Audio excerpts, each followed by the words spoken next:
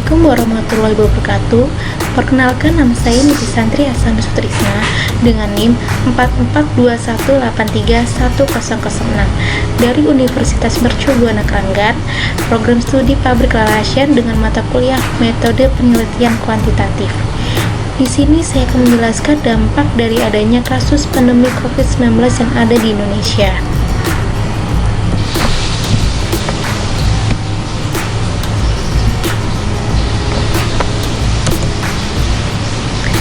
COVID-19, Severe Acute Respiratory Syndrome Coronavirus 2, atau yang lebih biasa dikenal dengan nama virus corona, adalah virus jenis baru dari coronavirus yang menular ke manusia. Walaupun lebih banyak menyerang lansia, virus ini sebenarnya bisa menyerang siapa saja, mulai dari bayi, anak-anak, hingga orang dewasa, termasuk ibu hamil dan ibu menyusui. Virus ini pertama kali ditemukan di kota Wuhan, yaitu di negara Cina pada akhir Desember 2019. Penyebaran virus ini sangat cepat dan hampir menyebar di seluruh negara, terutama negara Indonesia yang telah terinfeksi pada awal bulan Maret ini. Dengan adanya kasus ini, negara Indonesia memberlakukan beberapa sistem yang ternyata memberikan dampak negatif yang mendalam bagi warga Indonesia. Coronavirus adalah kumpulan virus yang menginfeksi sistem pernafasan. Pada banyak kasus, virus ini hanya menyebabkan infeksi pernafasan ringan, seperti flu. Namun, virus ini juga menyebabkan infeksi pernafasan berat, seperti infeksi paru-paru atau pneumonia. Meskipun virus ini hanya mirip penyebabnya oleh virus SARS atau MERS, namun ketiga virus ini memiliki beberapa hal dalam kecepatan penyebaran dan keparahan gejalanya. Gejala awal infeksi virus corona atau COVID-19 bisa menyerupai gejala flu, yaitu demam, pilek, batuk kering, sakit tenggorokan, dan sakit kepala. Setelah itu, gejala dapat hilang dan sembuh atau malah memberat. Penderita dengan gejala yang berat bisa mengalami demam tinggi, batuk berdahak bahkan berdarah, sesak napas, dan nyeri dada. Gejala-gejala tersebut muncul ketika tubuh bereaksi melawan virus corona. Negara Indonesia bukanlah salah satu negara terbanyak dalam pasien yang sembuh maupun yang meninggal. Juru bicara pemerintah penanganan virus corona kembali memperbarui informasi perkembangan penanganan kasus COVID-19 di Indonesia pada Sabtu 18 April 2020. Ada penambahan jumlah kasus positif COVID-19, yaitu dalam penambahan waktu 24 jam terakhir, terhitung sejak pukul 12 waktu Indonesia Barat, dengan total kasus positif keseluruhan sebanyak 6.248 kasus. Dengan penambahan kasus baru ini tercatat terjadi di 22 provinsi. Sementara itu, secara total persebaran kasus penularan COVID-19 terjadi di 34 provinsi. Berdasarkan data yang diperoleh, DKI Jakarta masih merupakan daerah dengan jumlah kasus COVID-19 tertinggi, yaitu 2.924 kasus. Selain itu, ada sejumlah daerah lain yang mencatat jumlah kasus penularan cukup tinggi, seperti Jawa Barat dengan kasus 461, di Jawa Timur 555 kasus, Sulawesi Selatan 343 kasus, dan Jawa Tengah sebanyak 329 kasus. Dari data yang ada, tercatat ada penambahan pasien sembuh sebanyak 24 orang, dan total yang ada 631 pasien sembuh hingga saat ini. Sedangkan yang meninggal bertambah 15 pasien dengan total keseluruhan 535 pasien. Beberapa dampak yang terjadi di negara Indonesia yang begitu luar biasa, dari penurunan perekonomian hingga 80%, serta beberapa tindak kejahatan yang terjadi. Beberapa sistem yang diterapkan oleh Presiden Indonesia guna memutus mata rantai penyebaran COVID-19, tetapi akhirnya memberikan dampak bagi rakyat Indonesia sendiri. Yang pertama ada sistem stay at home yang ternyata memberikan dampak perekonomian terhadap Indonesia. Penyebaran pandemi COVID-19 sangat memukul para sektor perekonomian di Indonesia, serta berbagai usaha baik di sektor hilir maupun hulu menghentikan proses produksinya. Beberapa perusahaan yang terkena dampak pandemi ini mau tak mau harus menutup perusahaan mereka dengan memutus hubungan kerja dengan para karyawannya. Diakibatkannya, keuangan dalam perusahaan tersebut tak dapat menutup kebutuhan perusahaan dalam kesehariannya. Namun bukan hanya para karyawan yang kehilangan mata pencariannya, para pekerja buruh harian pun yang hanya mengandalkan upah hariannya harus ikut merasakan dampak dari pandemi ini.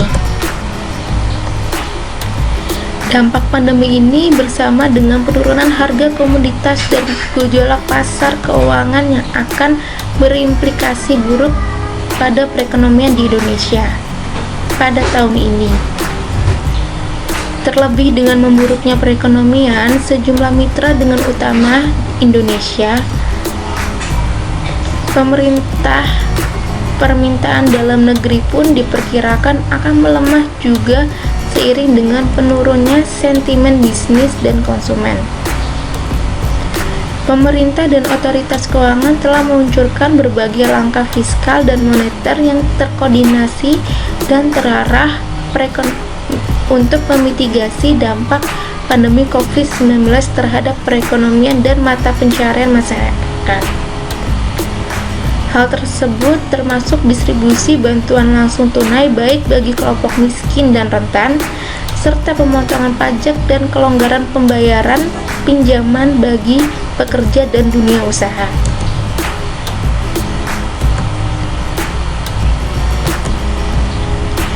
Kondisi ini tidak hanya mendatangkan malapetaka bagi pasar saham, karyawan swasta atau negeri, namun juga menyebabkan penurunan signifikan dalam ekonomi umum, terutama bagi para sektor pertanian yang harus ikut merasakan rugi besar-besaran, terutama dalam berbagai hal sebagai berikut. Yang pertama, harga pasar dan pertanian. Melihat meningkatnya angka kepedulian, rekomendasi untuk sistem jarak sosial atau social distancing dapat mempengaruhi pengurangan perjalanan, menghindari keramaian, penutup praktek lainnya. Perlindungan ini guna untuk memperlambat penyebaran COVID-19. Dengan hal ini ternyata memberikan dampak kepada para konsumen dan penjual dengan membuat pilihan sulit dalam mencari bahan atau makanan jadi. Berbagai bahan pokok makanan pun ikut menjadi langka, serta kenaikan harga yang sangat drastis dengan penurunan konsumen yang datang untuk berbelanja. Contohnya seperti bahan pokok gula putih yang menjadi langka di pasaran, serta kenaikan harga dengan sangat drastis 2 kali lipat dari harga sebelumnya. Tak hanya gula putih, namun harga ayam di beberapa daerah menjadi anjlok sebanyak 40% dari ayam biasanya, dan terancam gulung tikar akibat kelebihan dalam pemasokan dan penurunan dalam permintaan di pasaran akibat pandemi ini. Kedua, rantai pasokan melambat dan kekurangan. Karena logistik terganggu, beberapa sektor industri yang terhubung sudah terkena dampak. Beberapa produk menciptakan kekhawatiran tambahan dengan mengakibatkan beberapa pasokan melambat dan kekurangan dalam berdistribusi. Dalam lebih banyak pabrik yang mengonsumsi bahan pangan berupa kalengan pun juga ikut tutup. Hal tersebut membuat pasokan di pasar menjadi kosong dan melambat.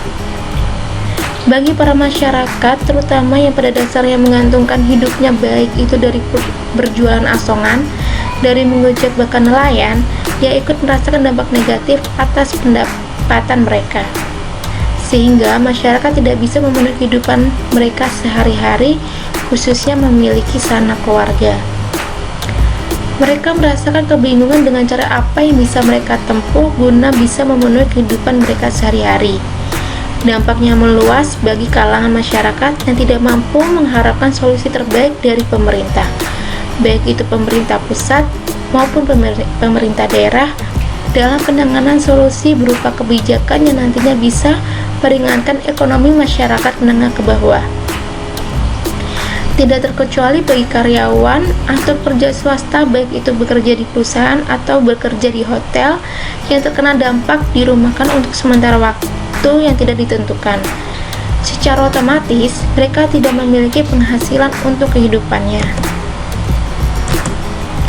Lalu yang kedua, ada sistem PSBB yang ternyata memberikan dampak terhadap mitra online di Indonesia. Sebagai adanya sistem pembatasan sosial berskala besar atau PSBB, para pemilik aplikasi baik Grab maupun Gojek menghapus sementara layanan aplikasi GoRide dan GoBack dalam sementara waktu, yang akan dilakukan selama 14 hari ke depan untuk di wilayah DKI Jakarta dan sekitarnya. Aplikasi tersebut dialihkan dengan layanan antar pasanan barang, makanan maupun belanja. Namun, untuk layanan seperti roda 4 pun masih tersedia seperti GrabCar dan GoCar yang bisa beroperasi seperti biasanya meskipun mendapatkan beberapa ketentuan. Ojek online atau ojek daring berbasis aplikasi dilarang mengangkut penumpang. Pengendara ojek online pun mengeluhkan dan resah dengan adanya penerapan ini antara sepi orderan,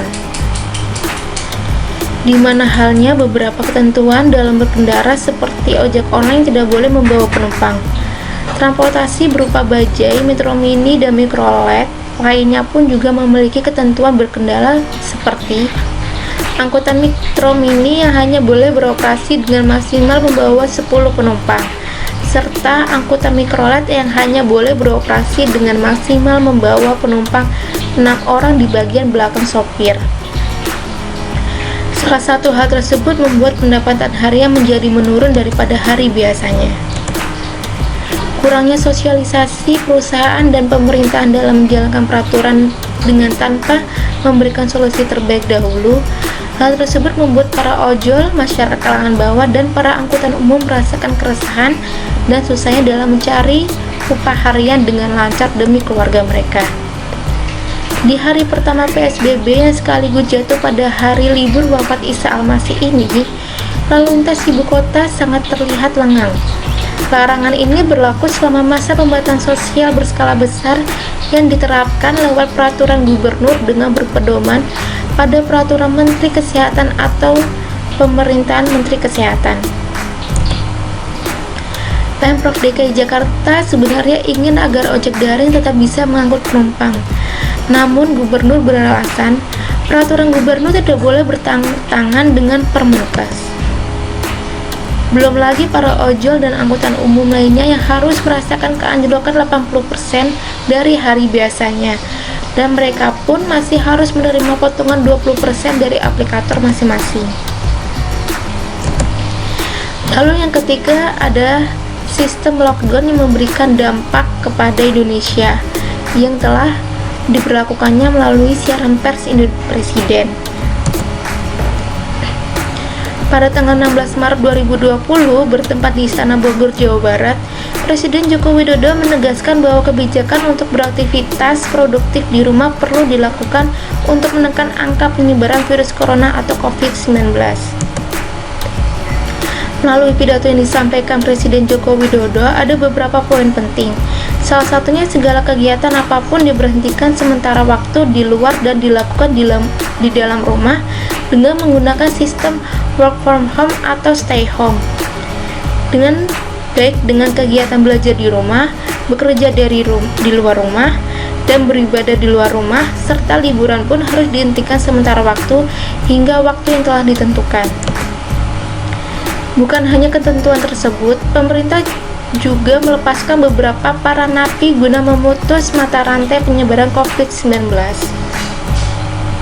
Sebanyak 394 narapidana atau napi di Lapas Salemba dilepaskan guna mencegah penyebaran virus corona atau COVID-19. Para napi tersebut dibebaskan lewat program asimilasi dan hak integrasi yang dijalankan Kementerian Hukum Hak Asasi Manusia.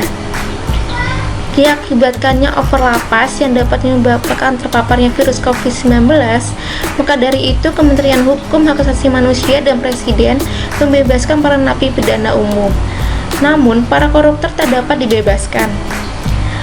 Beberapa para napi dibebaskan, mereka tetap dalam pengawasan Bapas maupun LP di bawah kewenangan Divisi Permasyarakatan tiap Kanwil Kementerian Hukum, Hak Asasi Manusia atau program asimilasi. Kurangnya angka perekonomian dengan hubungannya beberapa para napi yang lepas sering mendapatkan isu dengan menimbulkan beberapa angka kejahatan menjadi bertambah, seperti kejahatan perampokan, pencurian, begal, tawuran, dan lain sebagainya yang dapat membantu penambahan perekonomian mereka dengan mengambil kesempatan dalam situasi ini. Didapati apabila beberapa napi pidana yang telah dibebaskan dengan asimilasi tetapi mereka masih melakukan kejahatan, maka napi tersebut akan mendapatkan hukuman tambahan yang lebih berat lagi dan sanksi pidana yang lebih lama dengan dimasukkan ke dalam strafsel atau sel pengasingan yang nantinya akan mendapatkan tindakan pidana yang baru. Pemerintah telah memberikan janji yang akan memberikan santunan berupa bahan pokok, pangan, dan sejumlah uang senilai Rp600.000 kepada semua rakyat Indonesia yang terkena dampak dari pandemi ini. Namun yang disayangkan, sumbangan tersebut masih banyak yang salah sasaran. Dalam artian para rakyat kecil maupun golongan bahwa masih banyak yang belum mendapatkan sampai detik ini. Berikut daftar pustaka yang saya ambil dari beberapa para narasumber, termasuk dari aplikasi YouTube yang bisa saya ambil dari beberapa narasumber yang saya jadikan sebagai sumber bahan dari presentasi saya. Terima kasih dan mohon maaf apabila saya ada salah kata atau ucapan. Wabillahi taufik wal hidayah. Wassalamualaikum warahmatullahi wabarakatuh.